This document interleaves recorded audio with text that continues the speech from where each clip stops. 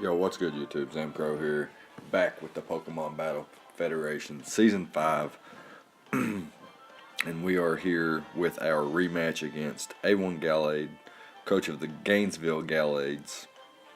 My opponent here has a terrifying squad, no lie, just absolutely horrendous. I'll go over his full roster.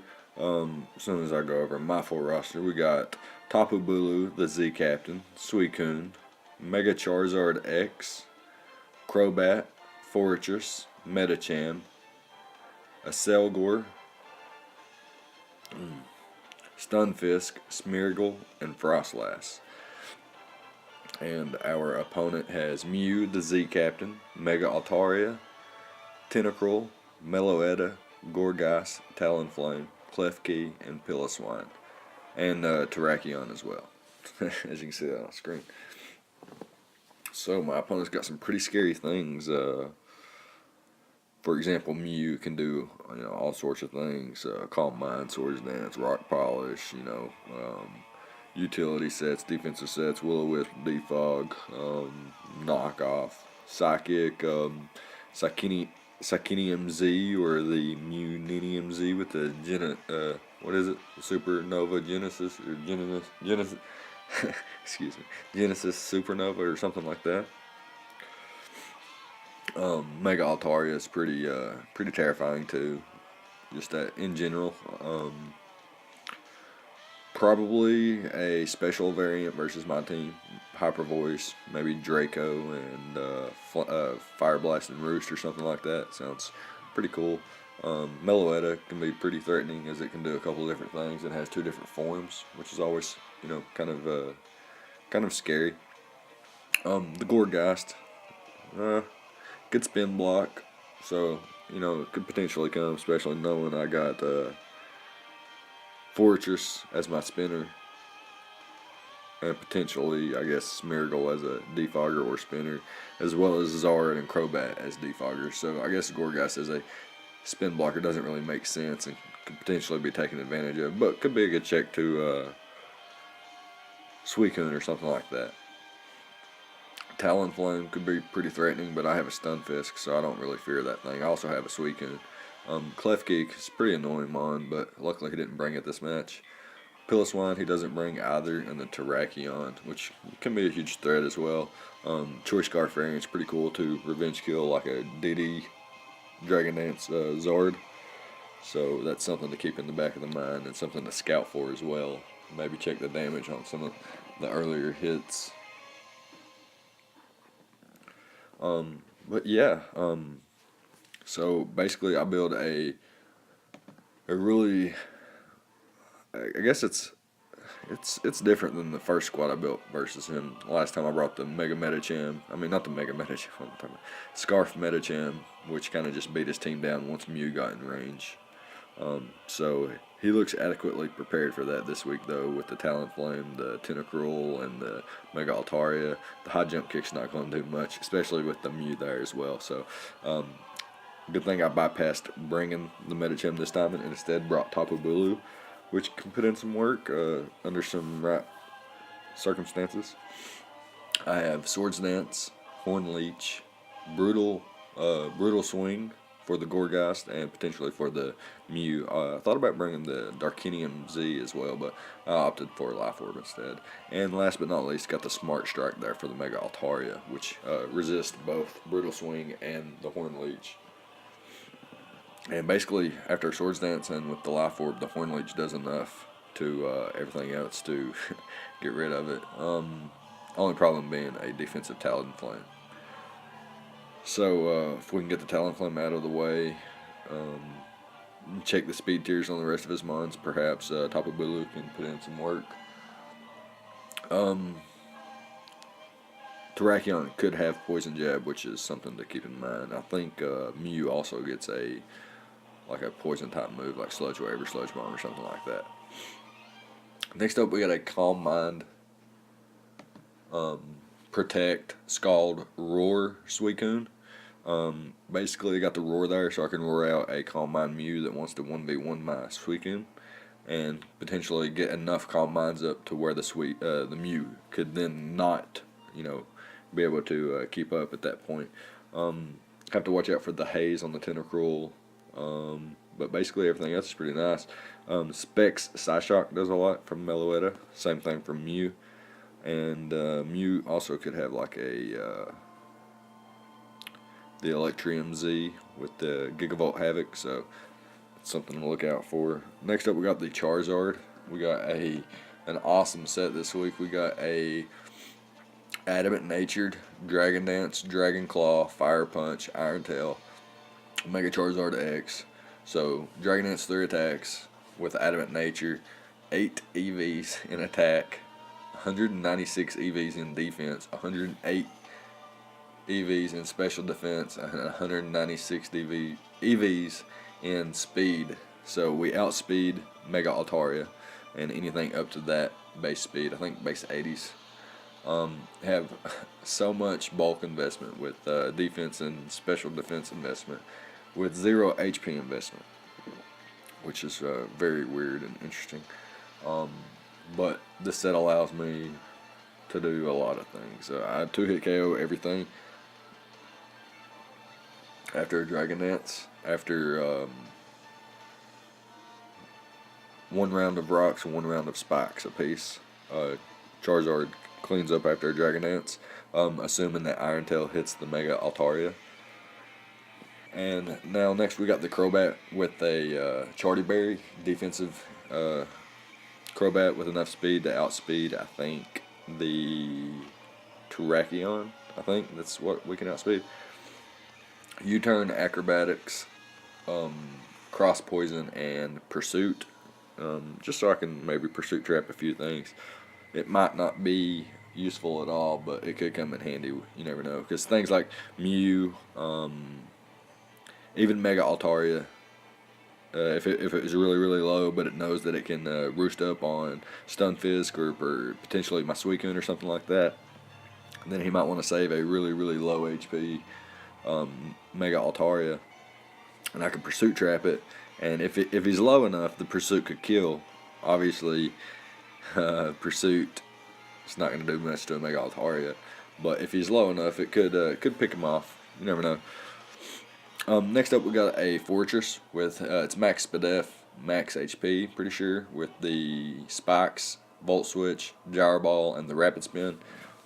Basically my Mega Altaria switch. It's got the Aqua Berry so that Flamethrower or Fire Blast can't knock me out.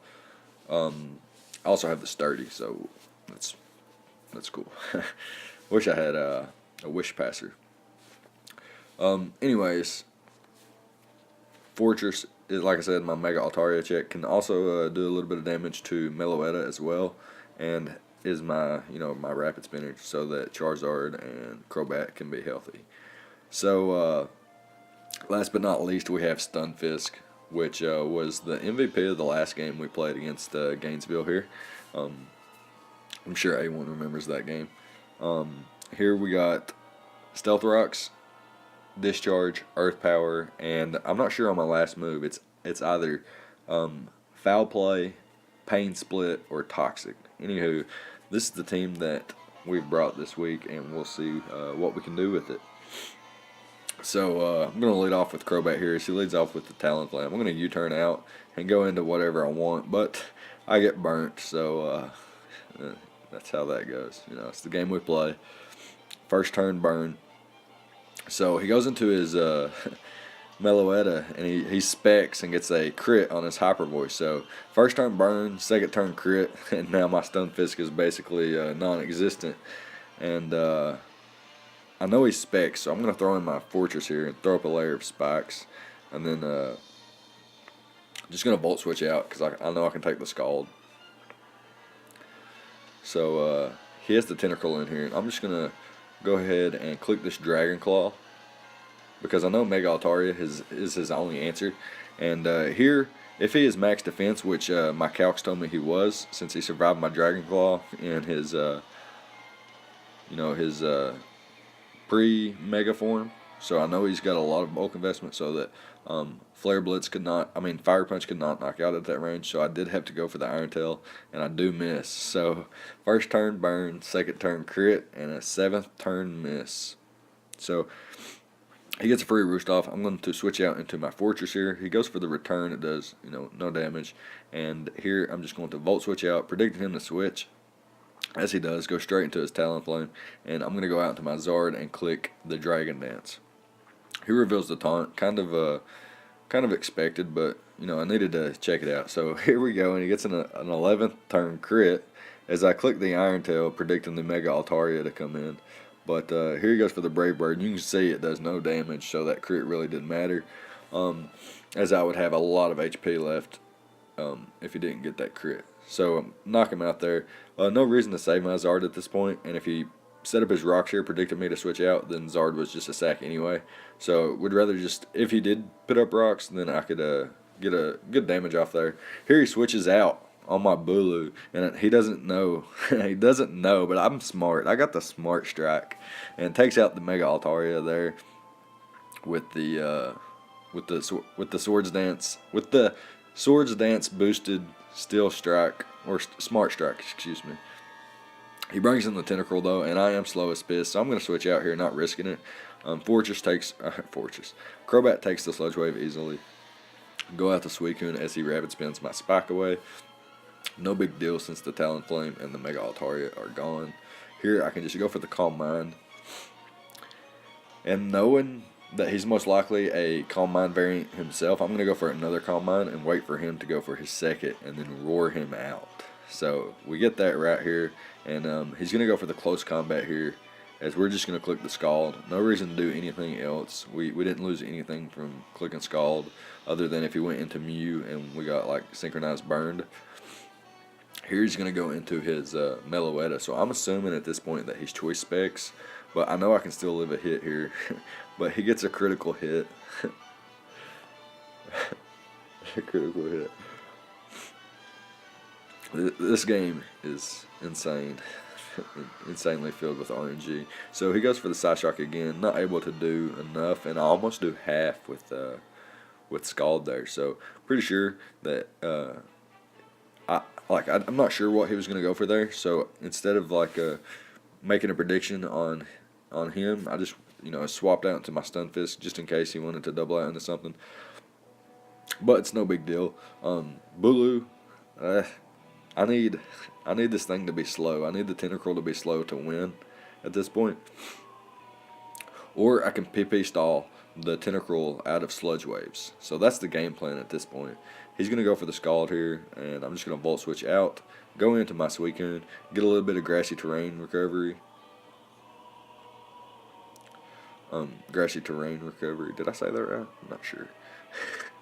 So I'm going to go for the Scald again on turn 30.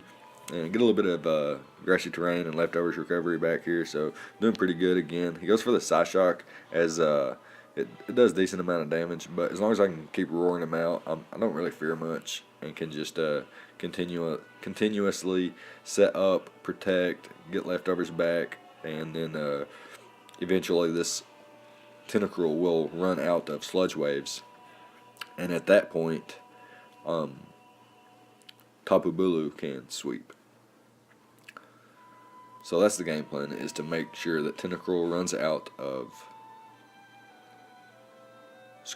Sludge Waves or Sludge Bombs, whichever it has. I'm pretty sure it's Sludge Wave. But the thing here is he gets a high roll there, and now he can potentially I can play around these Sludge Waves, right? But I have to be careful. And also, I got to get every one of these right. So I'm going to go into Tapu Bulu on the Scald here, and I get that right once again. So now I'm going to switch out again, predicting him to go for the Sludge Wave. I'm going to get that right as well. I'm going to keep making these mind game predictions, and I'm going to keep trying to get them right. That's the main goal here, is to get the mind games right. So he goes for the Scald here, and he gets the burn. So that's basically game. Even if I stall him out of Sludge Waves, I still can't knock him out, and I can't beat the Mew either. So That's going to be game. Unfortunately, it is a cruel world. Yes, it is, my friend. Yes, it is. So, yeah, just going to go down here, click fast, go back up here, and play this match out a bit quicker. See, unfortunately, even though I got almost all those right, and it could have potentially kept playing the game back and forth, back and forth. I got burnt, so it didn't really matter, and that's going to be a good game. So, yeah, I'll see you guys next time. Leave a like, comment, subscribe, all the good stuff, and I'll see you guys next time. Thank you for watching.